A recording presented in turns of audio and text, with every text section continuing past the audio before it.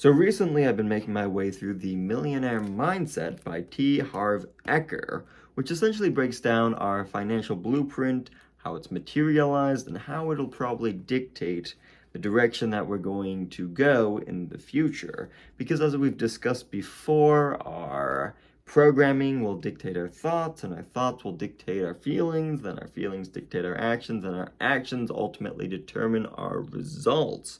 So by identifying our financial blueprint, which tends to materialize based upon our past experiences that create our programming, then we're able to sort of get a roadmap towards where we're headed in the future. So right now I'm on the section that's talking about the different forms of conditioning that has created our blueprint. So those include verbal programming, what did you hear when you were young, modeling, what did you see when you were young, and specific catalyst events, specific incidents, what did you experience when you were young. So for example, with verbal programming, if you were in a family where they're constantly saying that we don't have enough money, or money is the root of all evil, or you can't be spiritual if you have money, or rich people are greedy and filthy, there are no good rich people, then you'll be living with that in your blueprint that, well, I don't want to be rich or have money because I don't want to be evil. I don't want to not be able to get into heaven. I don't want to have it be the root of all evil, so I guess I just will not accumulate money. So then that becomes a part of our programming, and that will dictate part of how we see it. And then modeling, what did you see when you were young? Was your family big spenders, or were they savers? Were they frivolous? Were they investors? Were they non-investors? Was money a cause of joy in the house or contention? Did it create conflict? What you saw when you were young is likely what you're going to be modeling. If not talking about money and just keeping on the down low was what you observed your parents doing, then that's likely what you would also do in that scenario, unless, of course, you've adopted the rebel mentality, then you may go the opposite direction, which could be good or bad if, your parents were poor investors or didn't invest or had negative mindsets, you want to be a rebel, then you may go the opposite direction. If they were good at these things, then you may be plummeting downward into a valley of darkness. But to each their own. So then you also have the specific incidents. What did you experience when you were young? So was there a specific incident when your family said, oh, we can't afford this, or when you asked to go somewhere to maybe an amusement park or to get a toy and they say, yeah, we don't have the money, we don't have the finances, and then you just get this scarcity mindset where you think, well, I'm poor, and then that also becomes a part of your financial blueprint.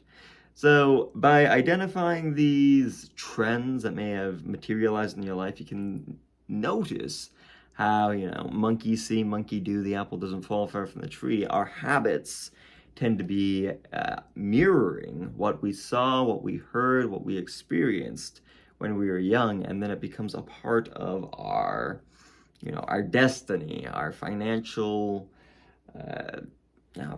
destiny. And the cool thing is that this programming that is materialized in our life, we can actually adjust it by adopting new habits or by making declarations. I haven't gotten to the part of the book yet that discusses this, though we will quickly go over how to change some of the programming. So, for example, for changing our verbal programming, what you want to do is follow these steps. So step 1, you want to gain awareness. So write down all the statements you heard about money, wealth, and rich people when you were young.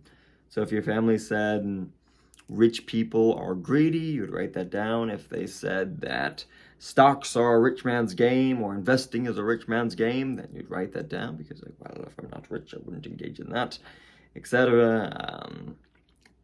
You can't be spiritual without and have money. Yeah, write these things down, self-reflect, it's important. Then understanding. Write down how you believe these statements have affected your financial life so far. So if you think they've helped benefit you and your viewpoint, write that down. If you think they've had you be more conservative with your money, write that down. If you think they've driven you to have fiscally irresponsible spending habits, write that down. Because a lot of individuals will find that even if they can attain a lot of money, they can't hold on to it because they have this negative viewpoint about the money, or they're constantly saving for a rainy day. And if that's what's in your mind, then eventually a rainy day is going to come for you. But if you're saving for a joyous day, then the joyous day is what's going to come. So mentality, it's key. All right, number 3, for helping change the verbal programming, disassociation. So can you see that these thoughts represent only what you learned and are not a part of your anatomy and not who you are? Can you see that you have a choice in the present moment to be different? So, do you recognize that you're a fully autonomous being who can change the programming that you have been living with all of your life? It's very possible. All you need to do is identify the catalysts of the past, recognize how they've impacted who you are, verbally declare that they aren't a part of who you are, and move forward. So that brings us to the last part, declaration. So place your hand over your heart and say, what I heard about money isn't necessarily true. I choose to adopt new ways of thinking that support my happiness and success. Then touch your mind and say, I have a millionaire mindset. And then you're golden for changing your verbal programming. We could go into the details of the next ones, but might drag along a bit too much. But here's a couple of quotes just to hammer in the points. So, wealth principle. When the subconscious mind must choose between deeply rooted emotions and logic, emotions will almost always win. Emotions will almost always win. If your motivation for acquiring money or success comes from a non-supportive root such as fear, anger, or the need to prove yourself, your money will never bring happiness. And it's a lot of fun details.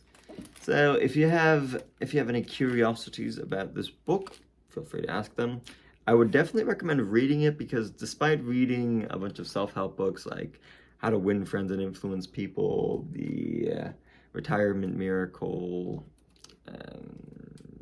just all of these Think and Grow Rich books, this one is the only one that's actually directly challenging the blueprint and programming in my mind. The other ones give you suggestions of activities that you can do, but they don't have you participate in the activity of identifying the underlying problem. So T. Harv Eker is very smart to have you do that because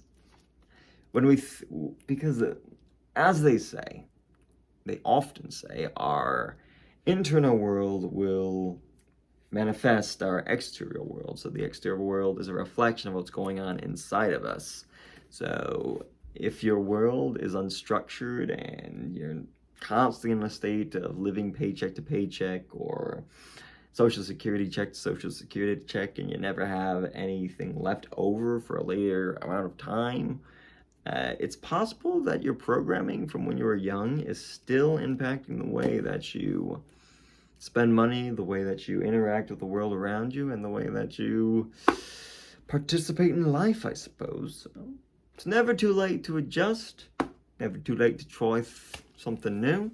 In the book, this references a guy who was like 63, had spent all of his life trying to learn new techniques, starting businesses, getting his MBA, and nothing ever worked. He would slowly climb up and then just fall back down and up and down. And then once taking the Millionaire Mindset seminar, he realized that the behavior he was modeling was after his father, who lived through the Great Depression, and he was constantly getting jobs, losing the job, get a job, lose a job, etc. And he was modeling that behavior. And once he recognized this, he was able to attain more wealth in 18 months than he had in 18 years. So these things can make a difference. You just need to take a chance and jump right in and see what happens. You have no reason not to, right? So thanks for tuning in. That's Longest ramble in a while. So, yeah. Toodles.